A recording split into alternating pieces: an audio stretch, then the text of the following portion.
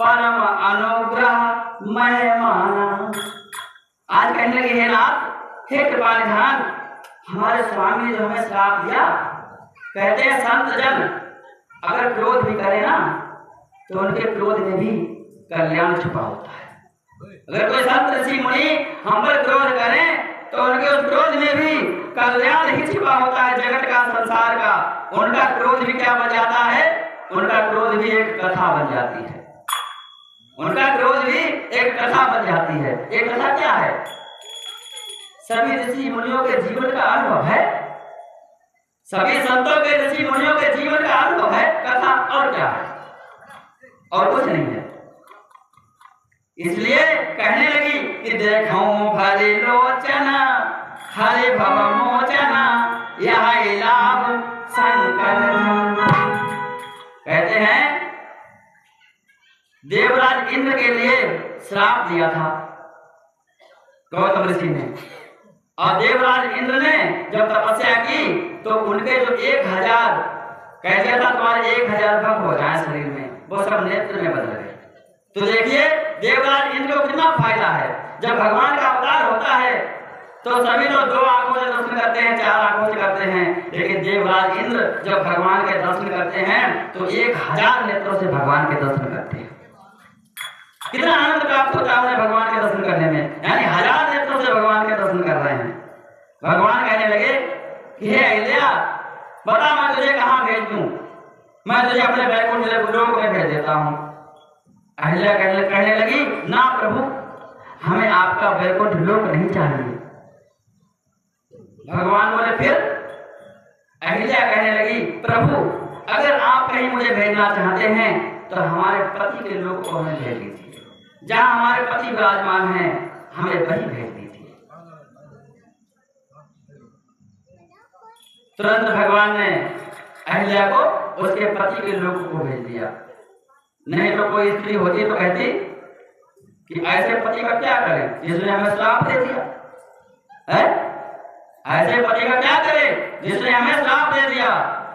कहते एक होता, पहले तो होता था श्राप। वो श्राप जो था या तो कल्याणकारी होता था या विनाशकारी होता था, लेकिन आजकल है पता क्या? श्राप। श्राप तो रहा नहीं, श्राप तो नहीं रहने गया, क्योंकि श्राप देने लायक रह नहीं गया है।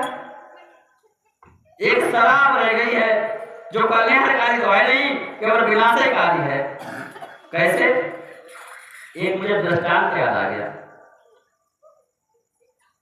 एक पंडित जी थे, उन्होंने बहुत तपस्या की और तपस्या करने के उपरांत इसी शरीर से चले गए स्वर्गलोक, इसी शरीर से, अपने तपस्या के प्रभाव से। जब स्वर्गलोक पहुंचे, अरे भैया वहां काहे खड़ी, हमें बहुत कष्ट हो रहा है, आप खड़ी हैं हम बैठे हैं, हम तो आपके पुत्र हैं, आपकी सेवा के लिए हम बैठे हैं, आप लोग यहाँ आकर के बैठिए तो हमें भी शांति मिलेगी है? नहीं तो आप खड़ी हैं लेकिन कष्ट हमें हो रहा है। बोलो सीतारामचंद्र भगवान की, पवन पुत्र हनुमान की। तो पंडित जी इसी शरीर से चले गए कहाँ? स्वर्गलोक। तो देवराज इंद्र सोचने लगे ये तो विधि के विधान के विपरीत है, इस शरीर से तो कोई आ नहीं सकता है स्वर्गलोक में, कोई उपाय किया जाए। तो क्या उपाय किया? देवराज इंद्र ने तुरंत स्वर्ग के दरवाजे पे 3 दुकानें लगा दी। पहली दुकान क्या है? पहली दुकान पे एक वैश्या बैठी हुई है। दूसरी दुकान काहे की है? छोटे छोटे पीस बन रहे हैं, हिंसा हो रही है और तले जा रहे हैं कढ़ाई में और चांद लिए जाते हैं दुकान में। तीसरी दुकान काहे की है? तीसरी दुकान पे एक बहुत सुंदर व्यक्ति सूट बूट पहने, टाई बांधे और एक बहुत सुंदर सा गिलास लिए हुए है और बहुत सुंदर सी बोतल उसके हाथ में है, जिसे कहते हैं मदिरा। मदिरा की दुकान लगा रखी है। तो जैसे पंडित जी पहुंचे दरवाजे पर तो पहली दुकान के पास जब पहुंचे तो जो वैश्या बैठी थी कहने लगी महाराज आइए आपका स्वागत है। पंडित जी बोले राम राम राम राम, कौन आएगा यहाँ? अरे यहाँ तो कदम भी रखेंगे तो हमारा जीवन बर्बाद हो जाएगा, सारी तपस्या हमारी खंडित हो जाएगी, भंग हो जाएगी।